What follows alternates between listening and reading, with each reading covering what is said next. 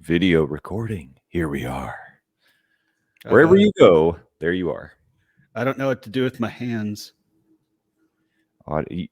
Keep them out of your pants. How about that? Okay. All right. Fine. As long as you do that. Yeah. Otherwise, we'll have to put this video on my OnlyFans.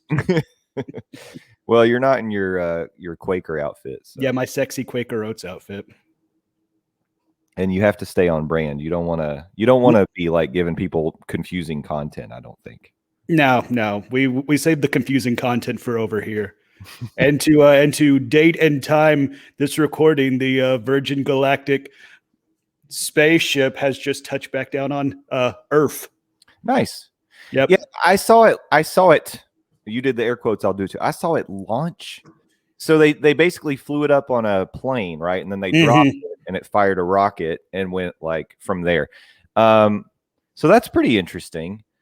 That could potentially, if they're planning on doing this like commercially, I guess that could save a lot of money. So hopefully that works out for them. I'm all for proliferating space travel and space visitation and tourism and all that. It's 1000%. Yeah. As if there's money in it, the technology will improve. And then it starts to become more affordable eventually for those of us. We'll be flying like JetBlue visiting space. Well, affordable in somebody else's lifetime, not ours, though. Well, who knows? It might. But Virgin Galactic has touched down, still in one piece. There have been no aliens come barging out of the plane just yet, so I'll keep y'all up. I was actually watching a local show, The Sports Source. It's practically a 1-hour sports talk show that airs on Sundays, and they broke in. This is an ABC special report. It's like, oh God, what now? And it's like, oh, Richard Branson's going to space. Sure, okay, yeah. As we said before we officially hit record, so billionaires doing whatever they want. Great. I mean, yeah. Finally, some good news for billionaires. Is that news? Yeah. Apparently, not only is it news, it's breaking news.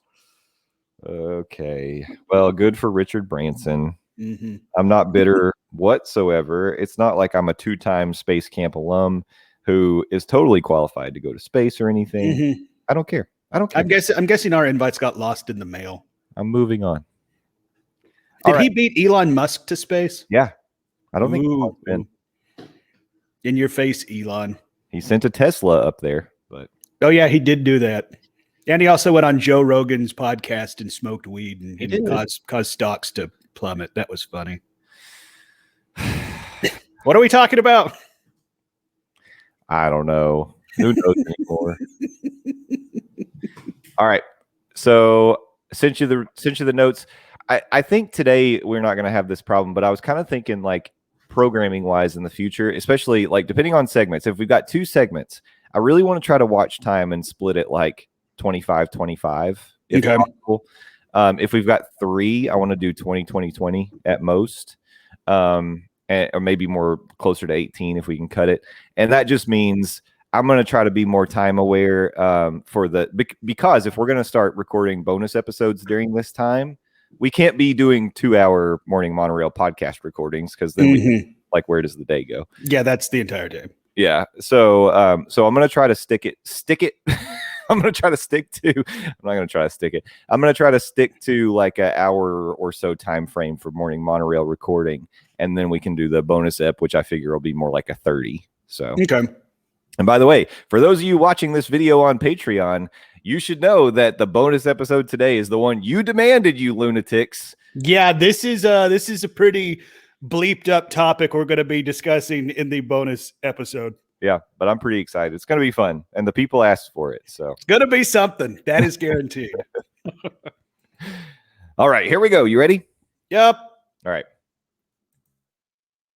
Dreamers, welcome aboard the Morning Monorail Podcast. This is Justin Monorail, and this is episode number 163 of the Morning Monorail. Today's July 12th, 2021, and you need to know that date. Why? Because we talk about news, and when we talk about news, like if you're listening some point in the future, like, why are they talking about these places reopening? They've been open for years. Well, it's because we live in the past, ladies and gentlemen. You are living in the future, and you have the luxury of time and, you know, how they say hindsight 2020. whatever. But you know who has foresight 2020? That's my friend and yours, Landon Doan, and we're going to welcome him to the show right now. Landon, welcome back to the Morning Monorail. Hi, everybody. Coming to you from the isolation station of love. It's me. It's Landon. How's everybody doing today? I'm waiting for them to respond. Yeah, I don't know why I ask open-ended questions on a podcast. I really hope you didn't just answer out loud, like if you're on your train, maybe a monorail to work. It's like, I'm fine, Landon. Thanks for asking. And everybody around is like, okay, I want to switch seats. See, I think that we could start a whole new brand of podcast where it is more like call and response, where we ask questions, you answer. We're not going to hear it, but like you get the satisfaction of feeling like you're having an active conversation with us. I mean, people may enjoy it. I don't know. People around you probably won't enjoy it, but people listening may enjoy it. Yes. So it is Monday morning for those of you listening as this show drops. So are you headed to work? What have you got planned for the day? That sounds great. Mm-hmm. Wait, this is becoming like an episode of Dora the Explorer. Backpack. Can you say quinceañera? That came to mind yesterday because I saw this whole group of folks at Animal Kingdom, and they were, I guess, celebrating a lucky little girl's quinceañera, and they all had, I guess, different roles to play as part of that celebration. So they had like title and then like of the quinceañera, and like one of them was Tia of the quinceañera, and I think that means like aunt. I don't know. I don't speak Spanish. I only took 2.5 years of Spanish, and I don't know. One of them was for sure. One of them was abuela, and I know that's grandmother. Mm-hmm. Grandmother of the quinceañera. Does that mean that she's like, it's like the godfather of chicken nugget, like you? Is she somehow responsible for the whole idea of a quinceañera? Well, I guess without her, way back in the day, there would be no quinceañera if she didn't make some decisions. That's a good point. Mm-hmm. So I'm going with it. I hope that group had a wonderful quinceañera. I do too. And that was the AK yesterday. It was beautiful. It was busy, but it was beautiful. Busy but beautiful. Yeah.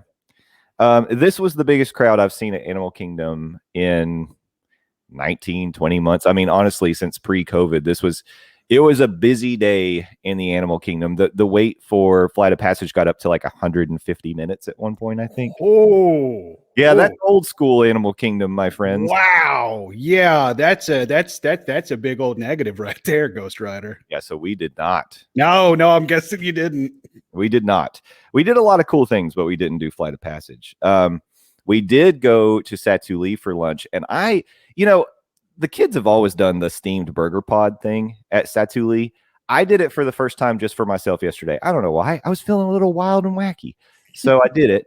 And I got to tell you, it's good, but I mean, they're in bao buns. That's what they are essentially. They're bao buns with it's like ground up cheeseburger in there, and I just think it's a lot of dough for me. It's a little doughy. If it was a little less doughy, I think I'd like it more. But it just felt like I was eating a lot of dough. I wasn't getting a lot of meat and cheeseburger for the like bang for the buck, in my opinion. But I know the kids love it. So one interesting thing, we had a very picky member of our party with us yesterday who didn't want anything on the Satuli canteen menu. They do have a kids menu, and you can get a cheese quesadilla. So, well, that's good to know, because I too am a picky eater. And looking over that menu, I mean, the time me and Frank were down and we went to Satuli, looking over that menu for a picky eater can be a little trying, so to speak. Yes. I think that, it can be a bit intimidating. When you break it down, you can get to the point where you're ordering like potatoes with meat. You can really get like a meat and potatoes meal if you don't go with like the noodles or, something else. Or although the noodles shouldn't be that intimidating, but I know that like, especially if you look at it prepared, it looks, I don't know, like it came from the planet of Pandora. So the looks of it maybe are a little intimidating, but I do believe that if you break it into its component pieces, it's not that intimidating. Though I will say, speaking of the noodles, it's somebody who is onion opposed. Noodles not an option, I found out. Oh yeah, that's true. Mm-hmm. Yeah, all that stuff. It's very spice heavy, I'll say. And I'm fine with spice, but onions, no, thank you. No, yeah, there's onions in there. There's because onions are disgusting. Yeah, but it was good. I mean, for me, Satuli always delivers. It's a place that I feel like you can really enjoy a unique quick service experience, and it's just not something that you always get in a theme park. That's true. So, and you can mobile order. Yay! Now I am anti-onion, but I am pro mobile order. Yeah, mobile order is so clutch. Mm-hmm. And I do want to say it was a busy day yesterday. We decided, because we're brilliant, that we were going to eat at noon, which is key lunchtime. Oh boy! And we had not ordered yet. So the wait to pick a mobile order arrival window, it was about 45 to 50 minutes. So we had talked about this before, and I thought it was a good follow-up because this was like a pretty busy day in Animal Kingdom. Just understanding if you want to eat like specifically at noon, then it's probably a good idea to check those arrival windows around like 11:15 mm-hmm. at a popular location like Satuli Canteen. So that would be my recommendation. Nailed it. Yeah. I had given a great recommendation of that Raya and the Last Dragon ice cream from the Anandapur ice cream truck over in Asia. If you're on the Facebook, you would have seen a video review of that ice cream, and you also would have seen maybe an unfortunate angle of me while I ate the ice cream. Yep. Mm-hmm. Well, I'm sad to report that the Raya ice cream is gone. What? Aw. See, I was kind of worried about that because it's tied specifically to a certain movie, and the movie was being pushed heavily when this debuted. I was hoping they would just like rename it something, but it's gone, because now it's been replaced. They've got a standee up in front of the ice cream truck, and now it's been replaced by a Yeti sundae. Yeah, and it looks cool. There's no cone this time to contend with. It just comes in a cup. And it's more chocolate based. I'm trying to see if I can get to the it's chocolate ice cream on the bottom, vanilla on top to give it a snow covered look. It has like a little chocolate piece in there, and there's some sprinkles. It's got like a blue, it's got like some blue sugar sprinkles and stuff on it. It looks good. I didn't try it yesterday because I was a little sad, to be honest, that the Raya ice cream was gone. It was delicious. Yeah, that's disappointing. It was such a very unique looking dessert, and you just said it apparently was a very good dessert too. Yeah. So, and to replace it with just a sundae, okay, yeah, it's Yeti themed. But what you just described, it's just a plain old sundae. Yeah. It's like, okay, that's a bad move on Disney's part. Well, hopefully they bring back something with a little more hashtag bring back the Raya ice cream cone. Yeah, uniqueness to it. I mean, I love the Yeti.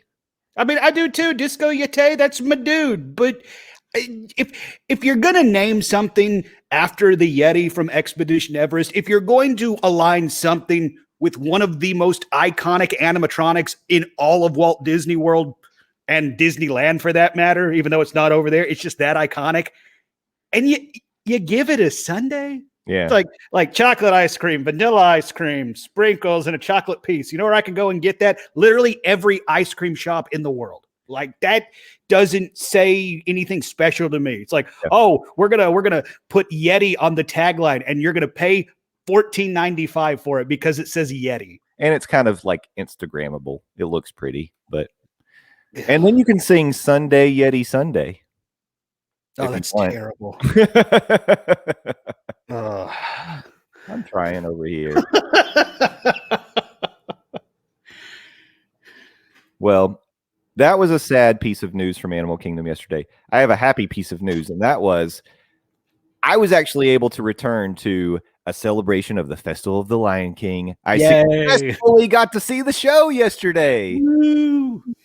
That was really that was a happy time. And let me tell you, it was made even better because knowing what we know from firsthand experience, Landon, when we were there with Frank, I decided we know we're going to have to wait in line for an hour, probably, because we're going to have to, if we want to go to the 11:30 show, we're going to need to line up prior to the 10:30 show. and in the back of that line.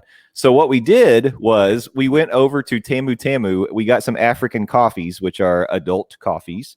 This is the place where you can get the Dole Whip in Animal Kingdom that Jen from Theme Park Thursday with Dillo's Diz refuses to even acknowledge.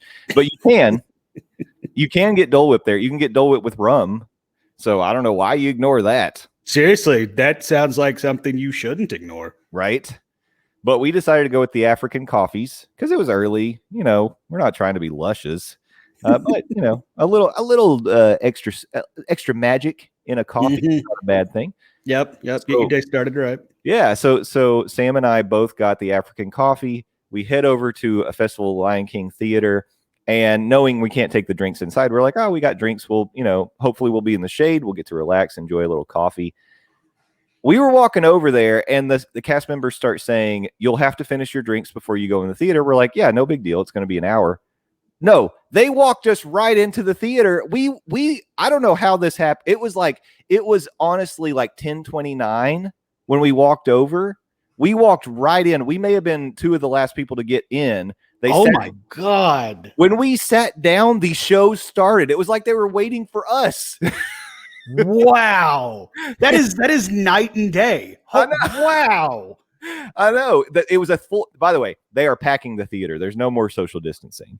So the theater was packed. But we were in the back, but we got a seat. We were in there.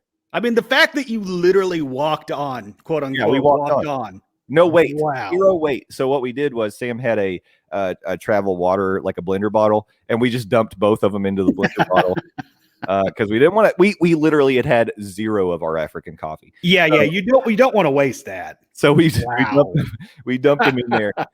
Went to Festival of the Lion King, and let me just tell you, it was so good to be back. It choked me up just even being in a theater.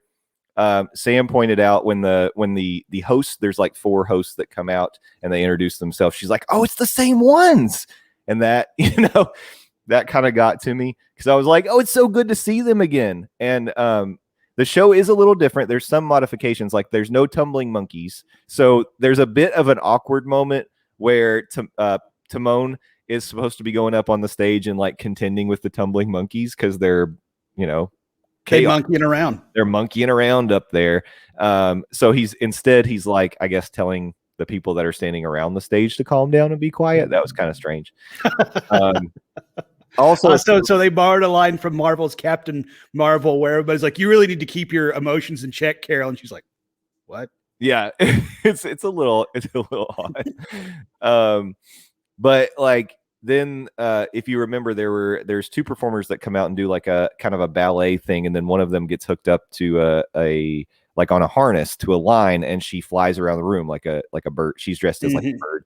They don't do the flying part. They just come out and do a little dance. And then the other thing I noticed is they don't give each section a name. Like there's no, you're the elephants, you're the warthogs, you're the giraffes. They don't do that anymore. They just do like 2 sections get to during the big finale. 2 sections do like a clap, and then 2 sections wave their hands in the air, and then they decide who did it best at the end. So interesting. I mean, saying they eliminated the monkeys, maybe it was a staffing issue. Saying they eliminated the swinging around the arena, maybe again that was a staffing issue. They couldn't get the stunt coordinator back. Okay, I can kind of get that. Why would you eliminate all right, you're the lions and you're the warthogs and the roar? Yeah, like why get rid of that? Well, the only thing I can figure is, part of that was they did this joke where they would have someone do like, okay, you guys are the lions. We're going to have this guy from Sheboygan, Wisconsin. Yeah, that's right. Yeah, come down and lead us. Yeah. Mm-hmm. Yeah, so they don't do that. And they used to bring people up from the crowd to do the parade too. Of course, they don't do that anymore either. So there's some changes, but it's still such a good show. Beautiful music, beautiful choreography, the lighting, the sound, like it's just so good, and it was good to be back. That's awesome. I am curious what the wait to get into that show was. I mean, for you and Sam, you were able to just practically walk on, but I am curious what the wait was, because that might be some knowledge that would be good to have in the future. Yeah. I don't know. I mean, I honestly think that, so it was the first show of the day. The 10:31 was the first show of the day. I think that it just makes a difference that it was the first show. People were probably doing other things like that. Yeah, that's true. Flight of Passage, and B, that now that there's no social distancing in the theater, it can hold a lot more people. So I'm trying to pull up the My Disney app and see if like right now live while we're recording, I can find a posted wait time for it. I don't think it gives you a wait time. It just shows you show times. Oh yeah, that's right. That's because it's a show, not a ride. But I am curious because I don't want people to hear this and be like, "Oh, cool! You could just get there 5 minutes before showtime and expect to get into that show." No, I still recommend going early. This was definitely a fluke. I mean, like I said, we were the last 2 people to get in, and we arrived at 10:30.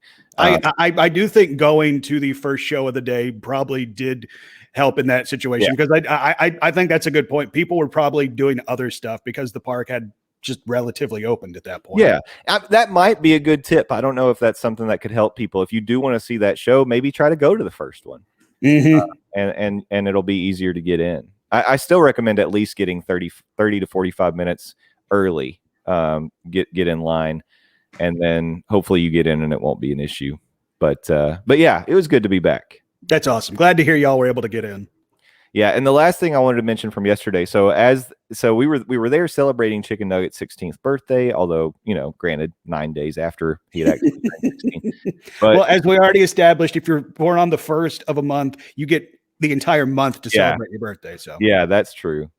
But we did bring a couple of his friends along, and they were kind of off doing their own thing. And so at one point, Sam said, "Oh, I've got there's a friend of mine that's over at Hollywood Studios. I'm going to run over there and say hi." And then we had planned to hop over to Epcot for the evening, so she was just going to meet us back over there. So I decided, well, while you're doing that, I'm going to make the most of this time and see if I can do like a Everest single rider marathon and see like what kind of a personal record I can set today. Oh boy.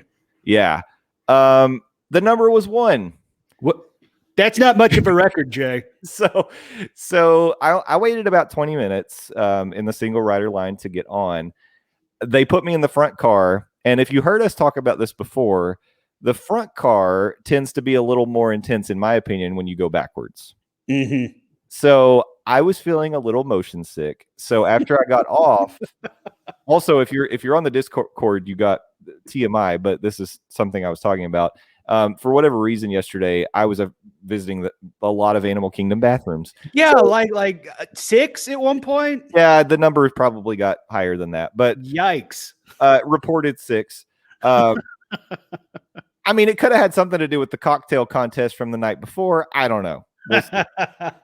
So I had to take another bathroom break, and then I was like, well, I guess I'll go get in line again and try to get this really going. And then as soon as I started to get back in the single rider line, I get a text from Chicken Nugget, and he says, "Hey, we're ready to go over to Epcot." All right, cool. Okay. Record of 1. So the number is 1. Yeah. Well, I'm glad you set a record, but you also set a record that is within breaking distance. So.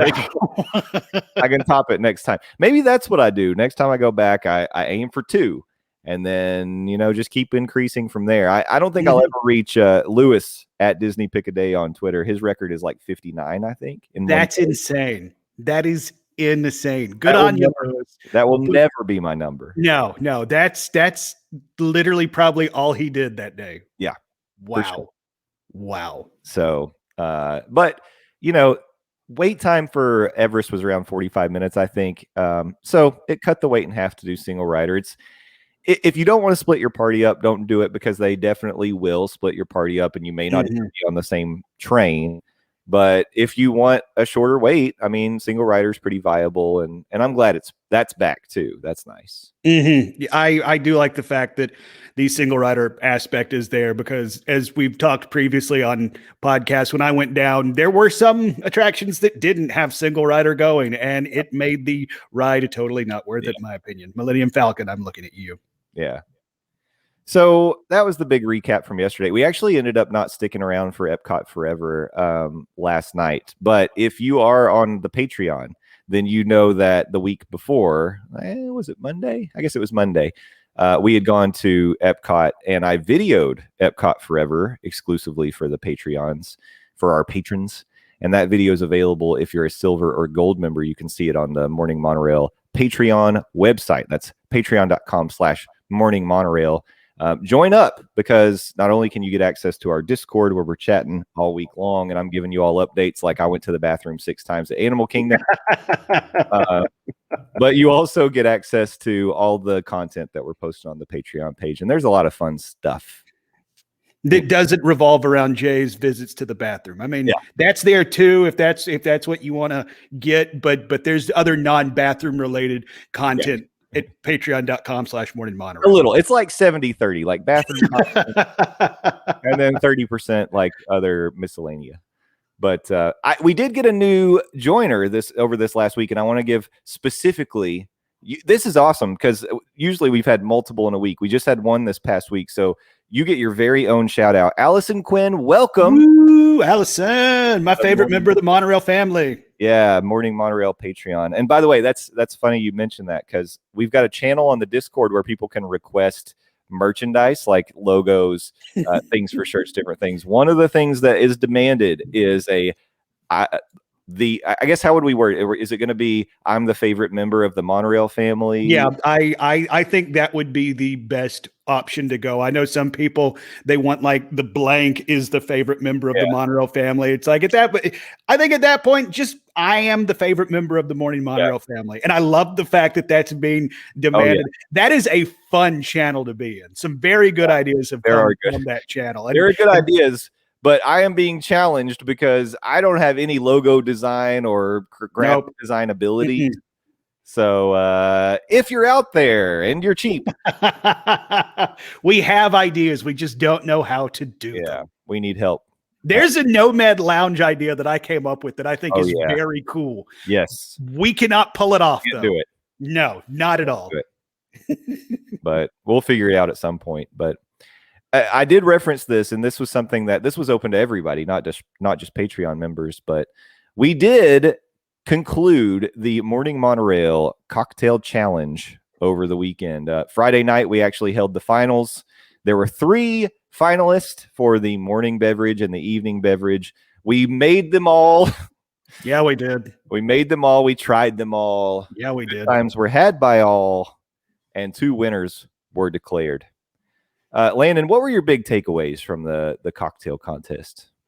Alcohol's expensive, and doing dishes is a pain. Yeah, those are good. Yeah, absolutely. Those were big takeaways. But also, we got a lot of really good submissions, and of all six were very strong drinks. And I don't mean just because I was heavy with the pour. They were all very good, very tasty in different ways, and I thank you to everybody that submitted a recipe, and maybe we'll do it again in a couple of years when Jay and I financially recover from having to buy all that booze. That's right. Yeah, I know. And not only did we have to invest all that, but the 2 winners are also getting $50 gift cards to the Disney. $50 Disney gift cards. I was going to say to the Disney store, but first of all, do Disney stores even exist? No, they don't. So unfortunately, you're a winner, but you don't get anything. That's it's like you win Mickey bucks. Yeah. But they will be getting $50 Disney gift cards. And those winners were, for the morning beverage, it was our friend Kevin Dix. And he had submitted a coffee cocktail called the Morning Monorail Mocha, which we found to be very delightful. And good. You put coffee in anything, I'm probably going to be down. So that was like I was a bit biased on the coffee drink, but it was great. And we found it was very similar to a Tipsy Duck in Love, even though it didn't have the bourbon in it that the Tipsy Duck does. It had a very similar taste. It did. I think so too. And I think you had a little bourbon in that thing. You're 90% of the way to a Tipsy Duck, I think. So. Which I'm going to maybe possibly do in the future. And it was rimmed with Nutella, and I was still getting Nutella out of my beard yesterday. So it's like, this is a tasty snack. Later in the day, it's like, okay, this really hurts. I need to clean myself. Hey, if you're saying that on our Saturday morning, it means you had a good Friday night. That's all I want to say. Oh my. Oh my. And then our evening cocktail winner was Lexi, who had submitted something she named One Little Sparkler. And it was made with Prosecco, and it had all these different liquors in it that I had never even heard of. Yep. Including Creme de Violet. Now say it like a redneck. Creme de Violet. Yeah. It was very good, surprisingly delicious and refreshing, and it came out of nowhere. I think that was something I actually said on the broadcast on Friday, because as we were mixing these, it's like, this is going to be good, but I don't think I would have tabbed that as my winner until I had it. It's like, holy crap, this is amazing. Yeah. So, but again, like, all 6 drinks were very good. Yes, they were. And thank you to those that submitted. So Tracy, I don't know if she officially goes by Theme Park Wifey, but that's Theme Park Rob's wife. Tracy submitted one. We got one from our friend Donna, of course, who submitted another morning. Kevin Muha submitted an evening cocktail, and then of course Skipper Bob did. Skipper Bob, of course, we had to get our I'm the official drunk of the Morning Monorail podcast, but Skipper Bob is my understudy. So. That's true, yeah. And then coming in third, Cocktail Bob, bringing up the rear. Yeah, he's our understudy's understudy. We have a strong drinking team. It's true. We really do. Like, if there's ever a Diz Twitter drinking contest, y'all suckers are in trouble. Oh, we are taking home the cup. No, I don't know if Skipper Bob would represent us or the Cretans Guild. Well, that's true, because I bet they've got a pretty strong drinking team too. If it's specifically a Disney drinking team contest, then I think we got him. That is true, yeah. But if it's like a podcast in general drinking challenge, I think that he'd probably go Cretans Guild. I mean, I get it. You got to represent the brand. Understood, but yeah. Even then, if I'm on the team, I feel confident in our chances. I will be an understudy to the drinking team because I'm not on that level. You'll be the team manager. I can be the team manager. I can do that. I'll provide water to make sure nobody passes out or gets alcohol poisoning. Well, that's good. Yeah, you got to have one. You really do. Yeah. Yep. I think at this point, we got to move on to the news. I had a couple notes about Epcot. I might weave them in as we go here through some of the news that we've got, but we definitely should start hitting those headlines because it's already 30 minutes into the show today. Yeah, about par for the course. Yeah. Actually, if it's only 30 minutes, we're doing really good. Yeah. Well, I think we get to news usually about 10 minutes in. But it depends on the day. But we're going to hit it now. A lot of big things. Some of these things are more like just informational updates, but there's a big one at the end that we're probably going to dig into. So we'll see how it goes. Number one, we've got some resort reopening dates. I know there are people out there who have been dying to know, when is Disney going to announce that Port Orleans Riverside and Port Orleans French Quarter are coming back? Both have been announced. Riverside will be back October 14th, and Port Orleans French Quarter arrivals beginning October 28th, 2021. So I know that Port Orleans French Quarter is a favorite for some people, our friend Jeffers included. Fantastic news. Beignets are back, baby. All good stuff. Alliteration there. I like that. Yeah. And then additionally, All-Star Resort will be bringing back music and sports. All-Star Music will open up September 16th, and then sports December 9th. I was trying to think about this because the next thing we're going to talk about is a little refurbishment at the All-Star Movies Resort. And I was like, why would they not open up the music and sports resorts while they're doing the refurb over at Movies? All of this, it just, everything comes down to staffing, I think, at this point. Like, I know Disney's still struggling to get, appropriate staffing in to get back to where they were pre-COVID. But don't you think that's probably what's holding it up?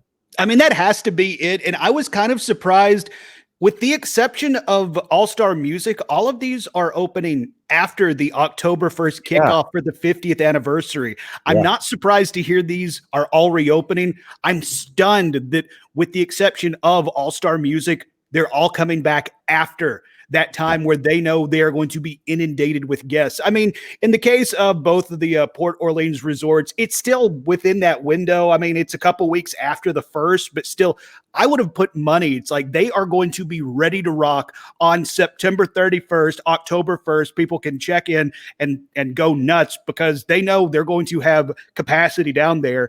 And it really... I mean, you mentioned the All-Star Resort renovations. I believe, is it just the lobby that's getting? Yes. So, I mean, they'll still be able to operate. Yeah. But it doesn't make sense that they are waiting, and it has to be a staffing issue. That's it. Now that you mentioned that has to be it. Yeah, it's staffing and training. They got to get all these people back in.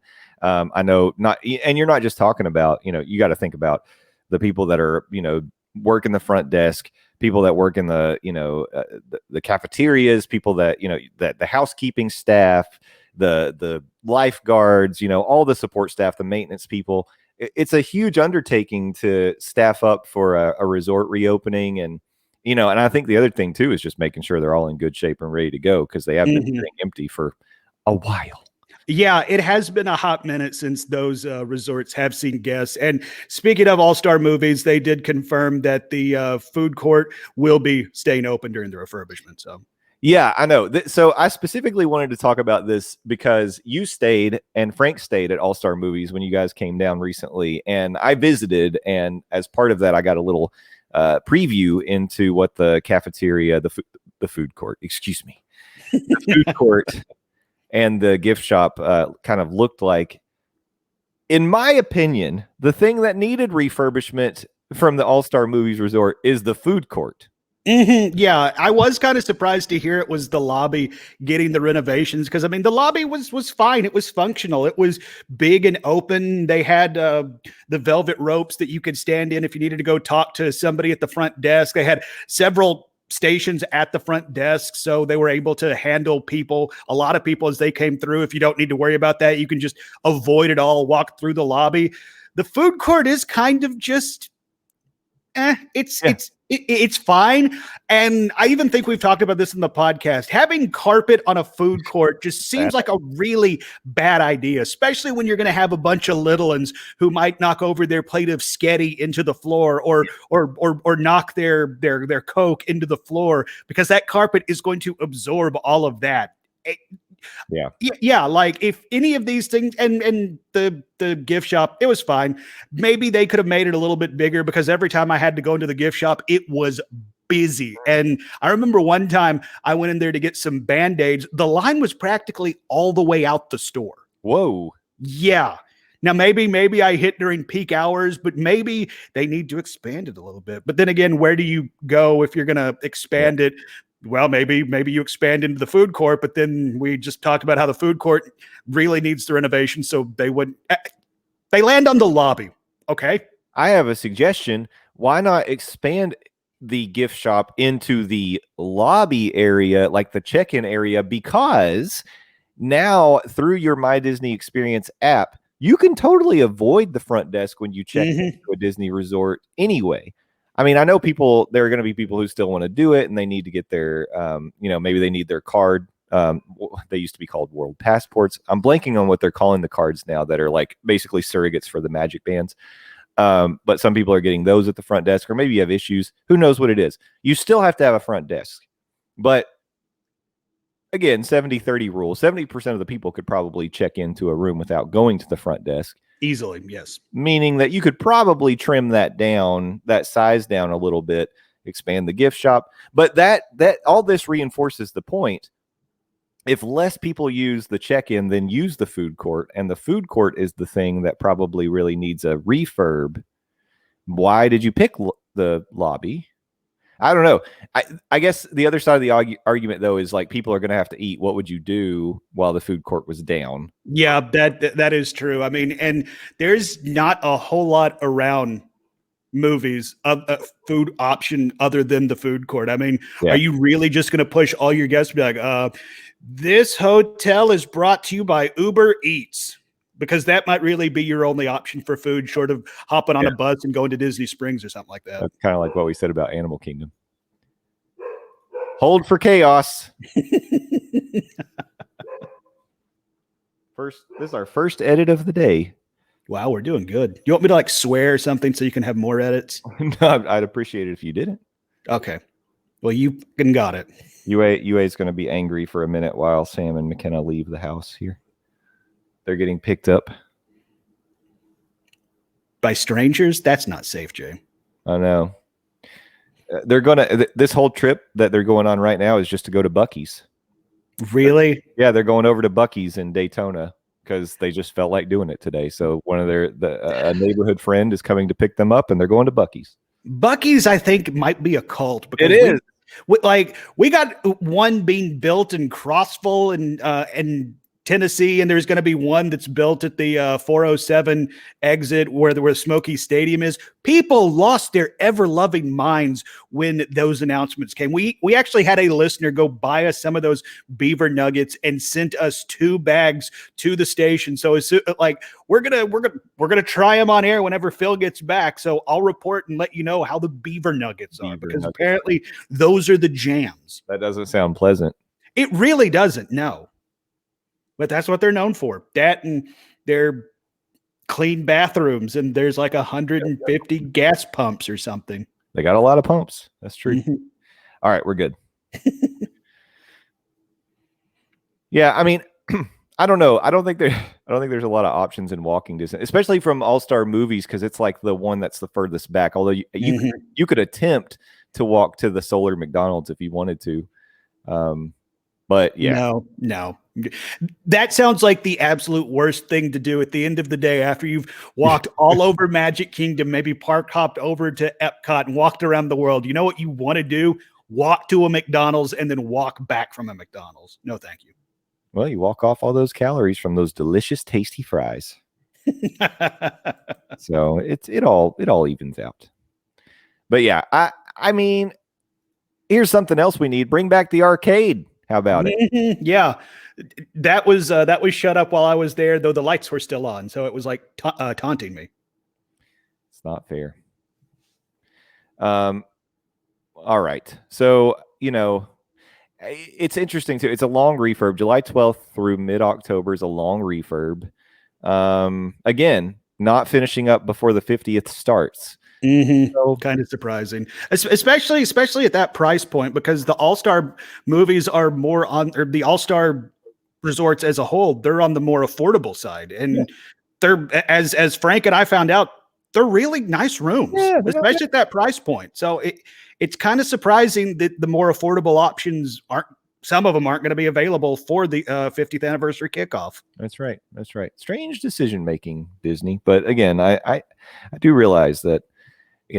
Staffing, and not just staffing for the hotels, but like when you're going to do the refurbs, like there's only so many people that are going to do like the construction work and stuff too. So I'm sure it all plays into it. They're doing what they can, I guess.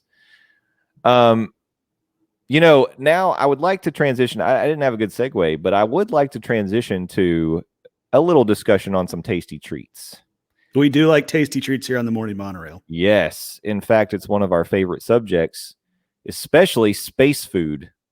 And we call those spacey treats. If you're making a Venn diagram of tasty treats and space treats, this is right in the middle. I guess it should have been Tasty's Treats and Star Wars. This goes right in the middle of those two. I really think we're overthinking this Venn diagram that doesn't exist. I just made it in the sky. Yeah, Disney announced this week, Docking Bay 7. I mean, this is like, it's already started. Has some new options on the menu. According to the Disney Parks blog, Batuans and visitors to Star Wars Galaxy's Edge can sample Chef Strono Cookie Tug's delicious new dishes inspired by his time on Taco Donna. And the thing I'll say about that is, you would think, being inspired by his time on Taco Donna, it would have been tacos. Yeah, like when you say Taco Donna, it's like, all right, we're getting space tacos. But unfortunately, hold on. Wait, Ringo is now scratching the door over here. We were doing so good. Highly so long. I know. We were on a roll.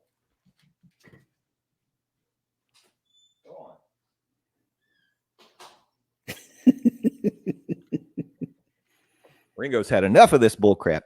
And now I'm sure since the animals are taking over, Zoe will start telling jokes or something here in a second. If she does that, I'm going to bring her on camera. That'll be the best part of the show. It will be. What's the deal when you walk me? I put it beside you, pick it up, you bring it in. What's the deal? Oh no, that my dog was Jerry Seinfeld. Every dog is Jerry Seinfeld. Mm-hmm. When you really Jerry get Seinfeld is my dog. Yeah, but no such luck on Taco Tuesday for Chef Strono cookie tugs. Instead, we're getting some new, actually really interesting options here at Galaxy's Edge in Docking Bay 7. The first one is a batu and beef and crispy torpedo stir fry. Yeah, no, torpedo. I mean, it's funny because I think what they're trying to do is they're trying to make it a little more obvious with the naming of these menu items, so you know what you're getting, but they still want it to sound a little bit spacey. Mm-hmm. Well, I definitely think that they learned their lesson from when Docking Bay 7 first opened, because if you remember, they were like full blown into the gimmick. Yeah. Like, oh, what's a hamburger? We don't have but we have like Sarlakian bleep blorp patties or something like that. And it was like, what's a bleep blorp patty? And it's like, okay, we're just going to call it a hamburger. Yeah. Yeah. Well, we got an example right here. This is somewhat redundant because when the menu first launched, Tip Yip was the surrogate for chicken. So if you Tip Yip was chicken. Mm-hmm. Well, now you can order the Pirjanand hot chicken Tip Yip. Chicken Tip Yip. So it's the Pirjandan hot chicken. Yeah. Okay. But by the way, I want to try this one so bad. The crispy chicken glazed in spicy chipotle sauce served with white rice, relish of sweet corn, shishito. That's a risky one. Very careful, yeah. Shishito peppers, jicama, plantains, and cilantro. I mean, that sounds good. Yeah, of all the 4 additions to this menu, that is the one that I want to try the most. So I'm right there with you. And I think it's funny that Nashville Hot Chicken has finally made it to Docking Bay 7. That's right. It's insane. To the moon. There will be a roasted Endorian chicken salad for those of you who want a little healthier option, and also a pica tuna poke, which is just fun to say. It is fun. And that too looks pretty good. Yeah, I like poke, so I'll probably try that one too at some point. There will be a new dessert too called the Outpost Puff, which is a chocolate pastry filled with, oh boy, guajillo chocolate mousse and green milk sauce finished with Thai tea panna cotta. That sounds pretty good. That really does sound good. Unfortunately, for one rider of the monorail, they will not be able to try it because it has spiced pineapple in it. That's true. No, none for Sam. Nope. Over at Ronto Roasters, you already knew if you were following along with the Morning Monorail on the socials, you knew that there was a meat-free option over at Ronto Roasters, which was it's a zucchini wrap. Basically, you get grilled zucchini, smoky chickpea onion slaw, creamy garlic tahini sauce, and fresh cilantro wrapped in pita bread. I liked it, but for me, there's no way you substitute it for just a straight up Ronto wrap. Yeah, like if you're going to Ronto Roasters and you don't get the Ronto wrap, what are you doing? Well, you got people who are vegetarian and they still want to participate. Okay, fine. I will ask that question to the vegetarians. Vegetarians, what are you doing? They're just, doing their thing. No, you do you. I'm just Georgian, as the kids say. And on top of that, there is a breakfast option too for the plant-based crew as well. So that's right. Yeah, Triple Sun's breakfast wrap: plant-based eggs, smoky chickpea onion slaw, and roasted tomato sauce in pita bread. You can also now get pork rinds. Yeah, that's where my mind went. My eye went immediately when I saw this menu. It's like, ooh, a nice walk-around snack. Yes, Kirill pork rinds season and savory blend of ancho chili, cheddar, smoke, and cinnamon. Yeah, on board for that. Yes, sir. And then Andoan fruit and I'm going to say it's muja sauce, because I have no indication that should be pronounced. I am so glad you're the one reading these ingredients. Why do they have to do this to me? So you can get some fruit, but that also includes pineapple. So, yep. But it is plant-based, so it's another one. I added this to our list to talk about because it raised quite a stir. As part of this announcement, they decided to tell us there were some updates over at Fairfax Fair, which is in Sunset Boulevard over in Hollywood Studios. If you've ever gone there and gotten a hot dog, I can tell you, like, to me, I think they're fine. Like, I don't think it's great, but, if you're craving a hot dog, you're in Hollywood Studios, it's an option. They now are offering hot dog salad. That doesn't exist. Shut up. A hot dog salad. Yes, I'm trying to watch my figure, eat healthier. I'm going to eat a salad, but I want hot dogs. Yeah. It is a plant-based hot dog salad, but even so, like, really? Once again, what are you doing? What are you doing, Fairfax? What are you doing? Hot dog salads? No. Yeah. No. If you're looking for good food, go to Galaxy's Edge or Woody's Lunchbox, because there's some good Woody's Lunchbox is awesome. I love that place. Mm-hmm. So, hey, there's going to be a whole lot of delicious food coming soon to Epcot as of July 15th, which is this week. I didn't even realize that started this week. Holy crap. The Epcot International Food and Wine Festival is back. Yeah, buddy. Yeah.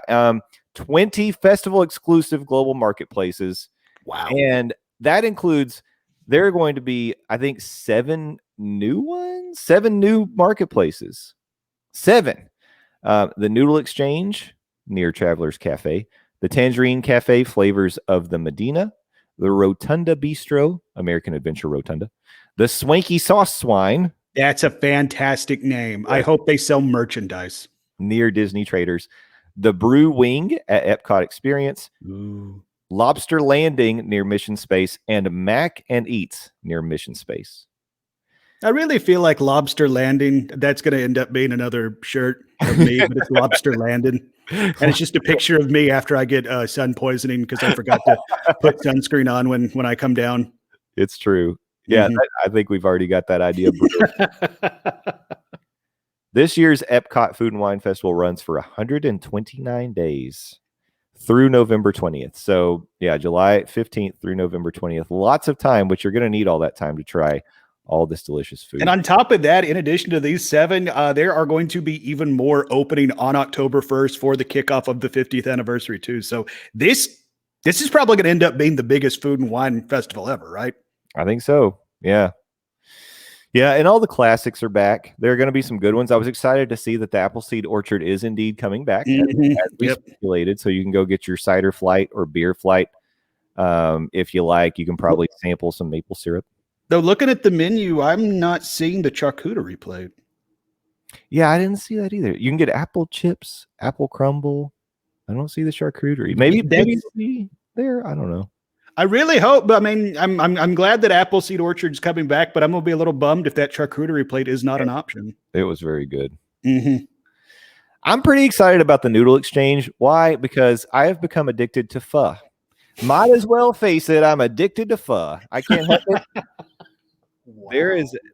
There is a location just in front of my neighborhood that sells the most delicious Vietnamese food that I think I've ever had. And I don't know if they're putting something in it that's caused me to become addicted to it, but yes, the Noodle Exchange, this is going to be over there. Like if you know where the new Starbucks is, as you're going into World Showcase, it's going to be right across from it. They're going to have traditional spicy Vietnamese beef pho with shaved beef, enoki mushrooms, and Thai basil.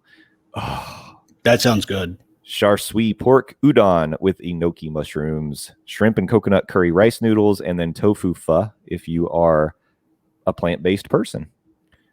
Yeah, I think I'm going to spend most of my time at the Noodle Exchange.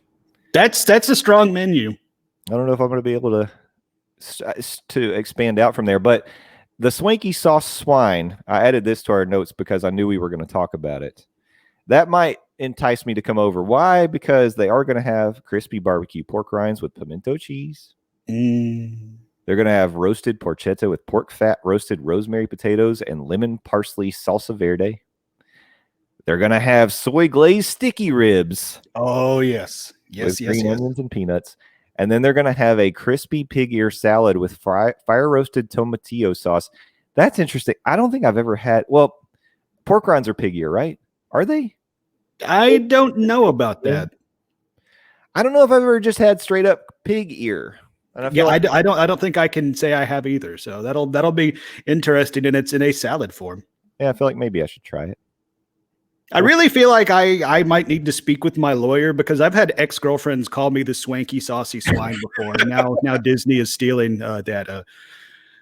Identity theft is not a joke, Disney. You should add that to your Twitter handle. Just Landau's dash the swanky saucy swine.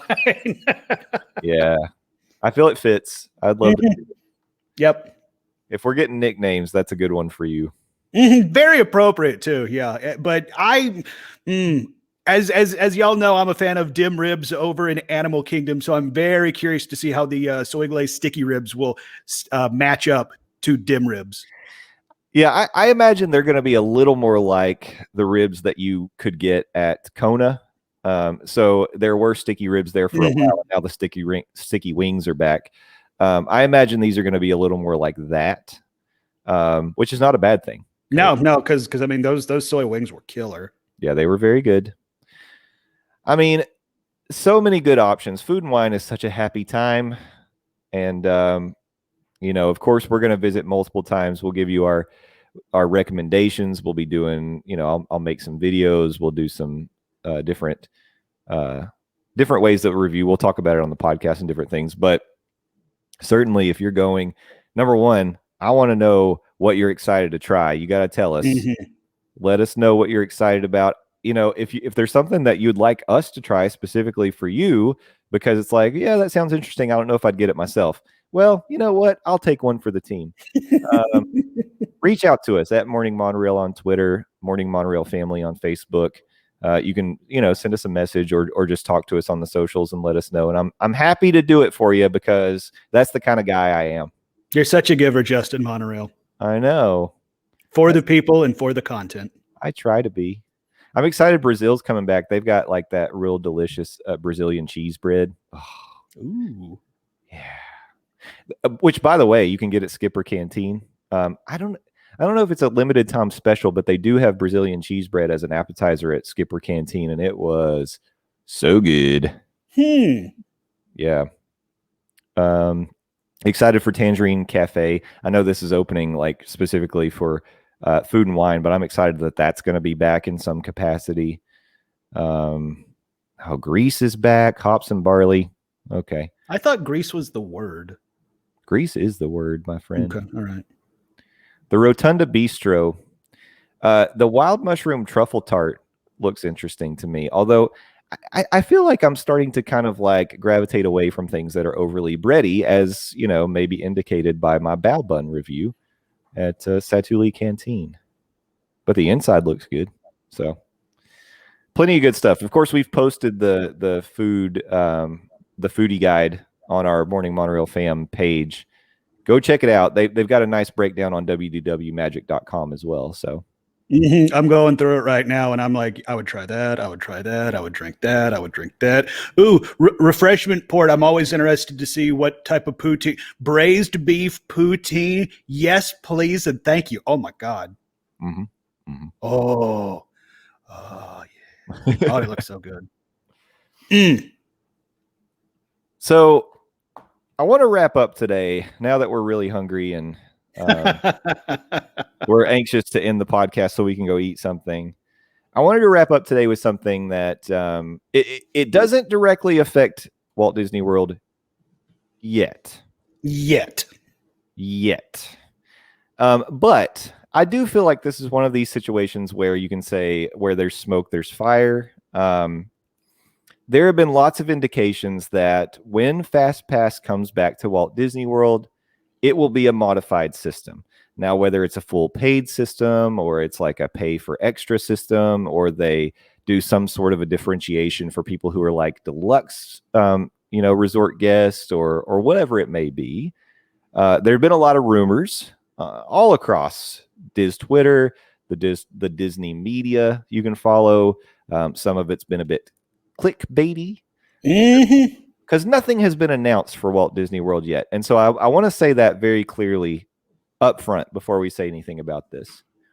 But what I did was I found a good article from wdwmagic.com.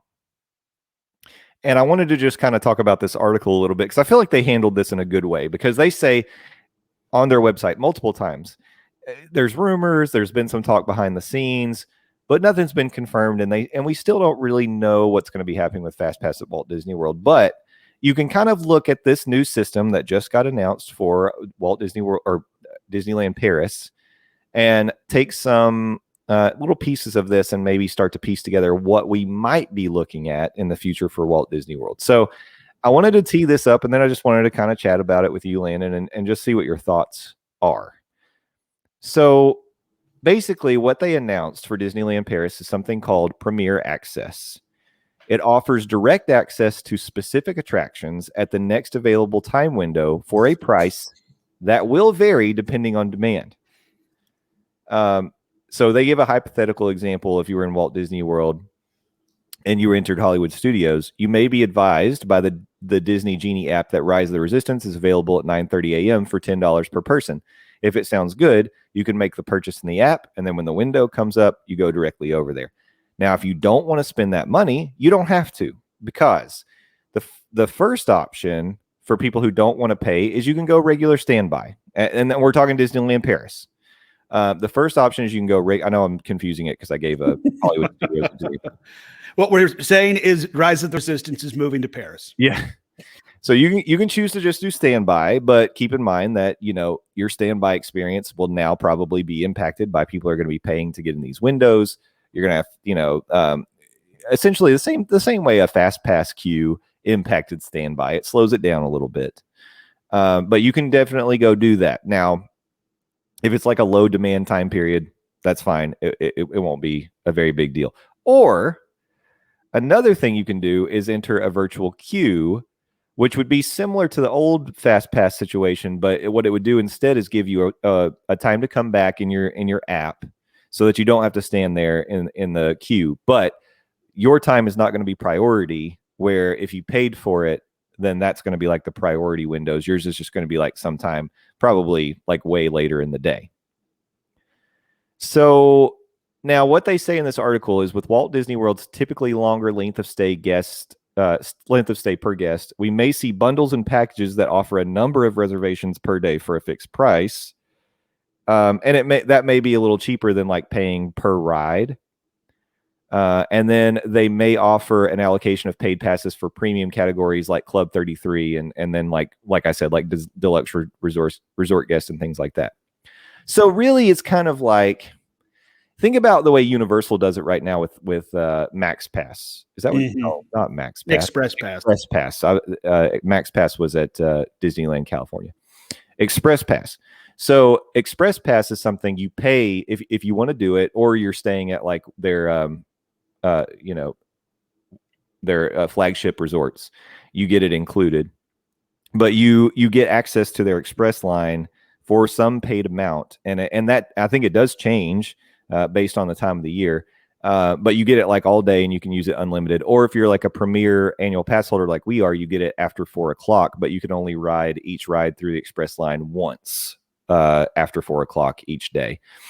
So there's this price for the whole thing. You get the whole shebang. Whereas the Disney option would be, you can do it as many times as you want for whatever rides you want. You just have to pay for it each time, or potentially maybe there's like some sort of a bundle. And then if you don't want to pay, there will still be standby, and or if it's really busy, maybe virtual queues, so you don't have to stand in standby for like 6 hours. So all that being said, we don't know anything. We have no indication yet of what's going to actually be happening at Disney. But Landon, I just kind of wanted your reaction to, let's say that this Premier Access comes to Walt Disney World in some form or another. What are your thoughts on that replacing FastPass? If it just flat out replaced FastPass and undid the system that we do, or I guess did know at Walt Disney World, I'd be a little bit bummed, because if it does go strictly a la carte, that I think would be the worst option of the options you laid out. Because in my opinion, it's like the only ride I'm going to put money down to guarantee me a spot on at all four of the Disney parks, it's going to be Rise of the Resistance. And I think Disney realizes that. And I wouldn't be surprised if they tier some of these rides. And Rise of the Resistance might be the most expensive one, right up there with something like Flight of Passage. If they did end up going the route that Universal does, where you can buy the Express Pass, and it does vary when you're going, capacity that day, because the last time I went down to Universal, I went for just one day. So I knew I was only going to be in the park for that one day, and I wanted to ride all the rides that are my favorites. So I did pony up for the Express Pass. And I think the Express Pass cost almost as much as the day pass that I got to Universal. So this is not a cheap option This is not an inexpensive answer. And I do understand those people that already had to, save their pennies and live on a tight budget so they could afford that once in a lifetime trip to Disney, that they want to, experience that Disney magic. I could understand the frustration, and I do understand the frustration on something like this.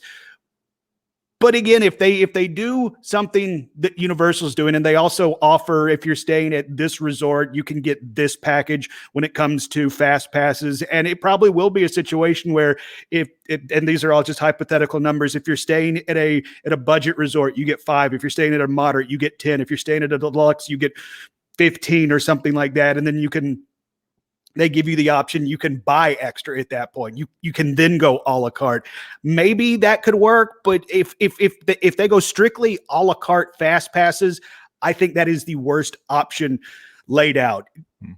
Would I prefer if they just went back to the regular fast pass system that we knew? I would, but at the same time, I don't think this is going to be an end of the world situation that some people on the internet have made it out to be. And I do think some of that initial reaction was because some of the headlines put out there were kind of clickbaity. The first headline I saw, it's like, oh, holy crap, wow.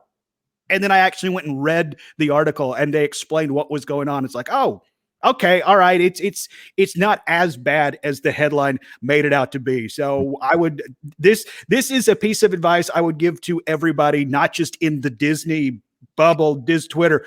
Don't go by the headline. Read the article that accompanies this sensationalist, apocalyptic, the sky is falling headline before you jump to conclusions. Yeah, totally agree. You're absolutely right. I think you got to get several different news organizations to supply you with the information that you're basing your opinions on, and then just take some time to read it, consider the source, and then form your opinion based on that. But I do think that based on, if we're kind of reading the tea leaves and seeing the way that Disney's gone, especially in the post-pandemic world, I think it's very likely, and I've said it before, that when FastPass comes back to Walt Disney World, it will be modified and there will most likely be some sort of a paid option. Whether that be you get to pay. And I also... Go ahead. Oh, sorry.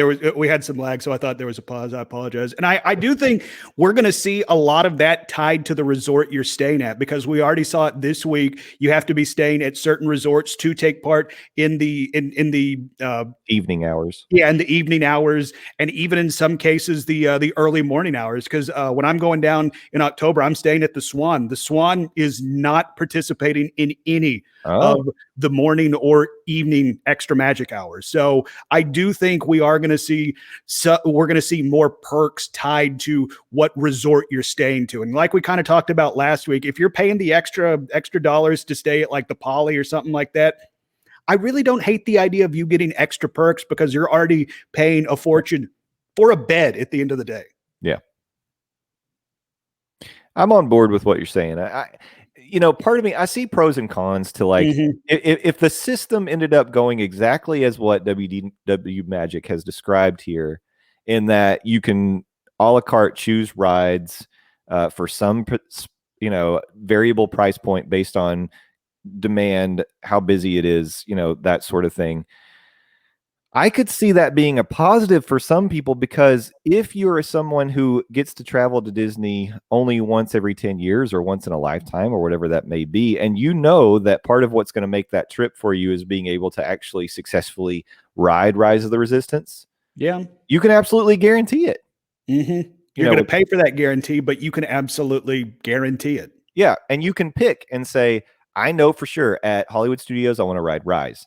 When I go over to Magic Kingdom, I really want to ride Seven Dwarfs Mine Train. I don't know why you'd pay for it, but maybe you will. Yeah. Or Epcot, I want to ride Test Track or Frozen, or, you pick one or two rides in each place, and maybe it's worth it to you, because a lot of times the decisions you make with your money at Disney, it tends to be some sort of a balancing act between, money and time. Mm-hmm. And we've talked about how, yeah, money's important, but the most important currency you have when you're in Disney, it's your time. Yeah. So, I can see that as a pro. Now, for someone who comes more frequently, and for you, it doesn't really make sense, like locals or people who come, they're DVC members, they come every year or multiple times a year. You're not going to go and pay to ride rides every single time. The question might be then, okay, well, do you wait standby ever for ride? If it tends to be like a 2-hour line. Or are you getting boxed out of riding those headliner attractions because now the standby is going to be very long, and then people are paying for like that front of line kind of access. Well, and with Rise, standby isn't even an option right now. Not now, but yeah. I'm just saying if it is in the future, somewhat like this. I don't Do you think they're ever going to actually open the standby line for Rise? I don't know. I guess it really depends. That standby takes up a ton of real estate too. Yeah. It really depends on what this Disney Genie app ends up looking like. Is it going to be kind of like everything's virtual? You go in the app, tell it everything you want to do that day, and then it plans out your day for you, and you have to arrive in those windows or whatever. Or is it going to be like what we've described in this example? Because if so, then maybe they do, and then I don't know. It's so hard to say. Mm-hmm. So I hit the hard-hitting questions. I know. Mm-hmm. That's why you are a professional. IR journalist. Yeah. So, but I mean, like you said, I do see pros and cons of this entire situation, and I totally, much like the conversation we had last week, if you're staying at a deluxe, should you get more perks? I can 1000% see why this rubs some people the wrong way, and I get it. I really do. Yeah. Yeah, because you don't have the, financial situation of somebody who, can go stay at the Contemporary on like club level. Does that mean you shouldn't get as good of an experience in the parks? And I think we could all go back to like, the whole thing when Walt Disney built Disneyland, the idea was he thought no matter who you are, no matter what age you were, no matter what financial background you had, you should all be able to come have a nice day with your family in the park. So, we're getting kind of far afield from that idea. The more you go to these like plus pay to play kind of options, I'm really glad we're having a conversation about the prices of Disney, and it took us over an hour for one of us to break out. Well, Walt's vision was. I'm not trying to say what Walt would want today, because Walt was a businessman, and I think at the end at the end of the day, he may have been totally on board with this idea, because if you could say, well, people can still do it, they'll just have to wait. Whereas, you're giving people the option to pay, and maybe he would have been fine with that. Because like you said, Disney isn't exact. I mean, it costs money to go to Disney, like a lot of money to go to Disney. Yeah, more and more every year. Roll up there and be like, all right, it's me, my wife, and my 2 kids. Here's $80. Oh, look at that. We get change back, and we can go spend it in the parks. It's like, no, you're really gonna have to save up your money. Yeah. One flip side to that conversation might be that, well, when Disneyland opened, you had to buy ticket books to ride the rides. That is true. So you could only ride them if you had a ticket for it. And if you wanted to go again, you had to go buy more e-tickets. So I don't know. Guys, we're amateur podcasters here. We're not going to solve this in this particular podcast episode, but I guess, and I don't want to say if someone is like in total support of this, fine. If you're totally against it, like Landon said, I totally get it. Mm-hmm. I think it's going to be real interesting, and I guess it'll give us a lot to talk about as this news starts coming out. It's going to keep us in the podcasting business, and all the books are going to have to be rewritten about how you tour the parks. I think. I hadn't even thought. Well, and I feel like we're going to know something sooner rather than later, because again, going back to some of the resorts opening, that October 1st date is looming, and it's looming heavy for a lot of, in my opinion, news pieces. Stuff is going to happen ahead of the 50th anniversary kickoff. Yeah. Like if we were viewing this as a TV series, October 1st is the season premiere. October 1st is the kickoff for the new season, the new series. So keep plugged in. Stay listening to this podcast, because I have a feeling we're going to know what's coming down the pike probably here 4-6 weeks. Yeah. I think you're right. I think news is going to start happening pretty soon. And, we don't break news around here, but we sure love to talk about it. And you can hear us, waffle and him and haw over all these sorts of things, unless it's barges, in which I have a specific opinion. And boy, does he. So, keep your eyes on those, those websites. Make sure that you are like, you see these social media, the headlines, the clickbaity type attention grabbing headlines that they're going to put out there, and balance that out. Because I think that as we approach this, whatever is imminent is going to happen, I think a lot of people are going to have a lot of different takes on it. And you got to form your own opinion on how you feel and does it work for you. And we're certainly going to try to look at it from all angles, and then also give you advice on how we think you can navigate it as we start to learn about it. So that's what we're doing here. We're going to give you our news and our opinion, fair but wait, no, we're not doing that. Oop. And also on the news source, maybe choose your news source wisely, because some of them want to be the sensationalist. Some of them just want the clicks from those clickbaity headlines. So I will also give that piece of advice, not only in the Disney bubble, but also in the world in general. Absolutely. And if you are a person who chooses to get your news here, because some people, I guess, do, I hope that we do it the right way, and it's all peas and carrots for you. Because we want to make things, we want to present. We got opinions and we're going to share them, but at the end of the day, we know that we're not right about everything. Although sometimes I feel like I'm right about everything, but I know I'm not. I don't know. I heard if it's on a podcast, it has to be true. And like I like to say, when you're really fans of something, you're allowed to criticize it, because at the end of the day, we love Walt Disney World, and we're going to continue to go. We will. So, just go back to our Boo Bash conversation. Exactly. That's a prime example. They got us by the short hairs, and we know it, and they know it. So, bring money. All right, we're gonna wrap this one up for today. All news today, but a lot to talk about, a lot to digest.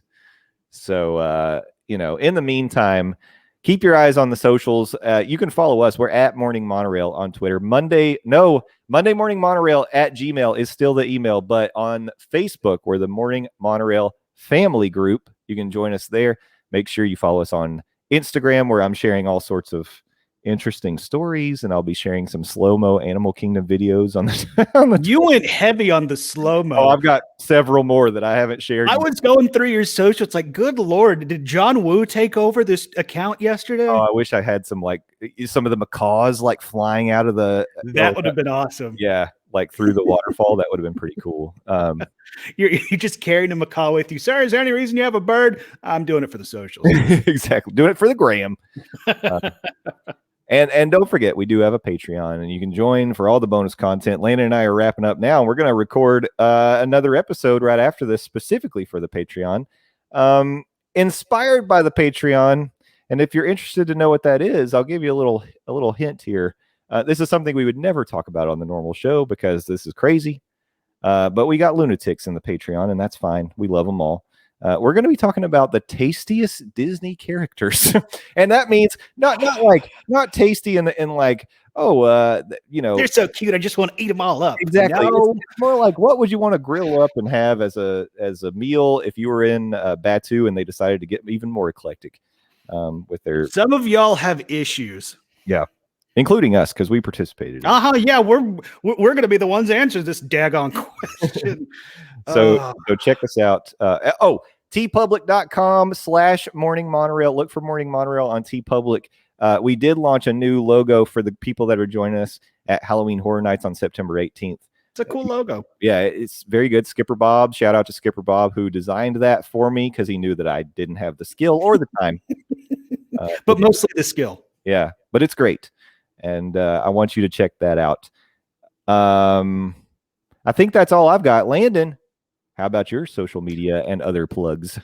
LANDZ, please go follow me. Landon Doan, I'm the best. Landon Doan, not the rest. That's where you can follow me. 280 characters at a time on Twitter. I also appear on The Phil Show on News Talk 98.7 WOKI, radio station locally here in Knoxville, Tennessee. Also streaming 6 to 10 a.m. Eastern Standard Time at newstalk987.com. Also available in the iHeartRadio app and the News Talk 987 app as well. And I've been doing some producing on other shows. And as a matter of fact, this podcast and our patreon.com/Morning Monorail did get a shout out on the Bob Yarborough Show, and that is 10 a.m. to noon, also on News Talk 98.7 WOKI. And so I'm curious to see if we got any interesting reviews this week, because if so, that is totally on me, because I know at least one of my trolls was listening to the show that the Morning Monorail got a plug on. So, well, good news. We did get a new review, but it was a 5-star review. Yay! Okay, I didn't tank our rating. Neat. Yeah. This one came from Emily Penner. She said, "Absolutely the best. 5 stars. This is an amazing podcast for Disney adults, whether you're planning a Disney trip or just trying to cure those Disney blues. This is a great podcast to listen to and a family to join." So I endorse that 100%. Thanks, Emily. You're the best. You're my favorite member of the Morning Monorail family. Yeah. Join us. We are available all the time on the Facebook, the Twitter, everywhere. You can find us. And we would love to see you join that family. But if we don't see you there, we'll see you right back here next Monday. And until then, be nice to cast members and thank them. Thank those cast members. Be nice to each other and thank each other. What? Yeah. And, thank you for being a friend. If I can quote Golden Girls. Thank you for being a friend. Oh, sorry. We don't have the rights for that song. See ya! Sorry, I stepped off. Oh, God. All right. Bye-bye. See ya!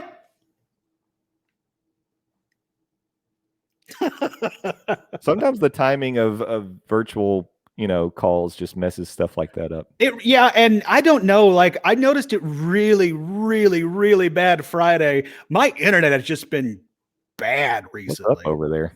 What is going on? Probably from all the porn I'm downloading. That's right. Mm-hmm.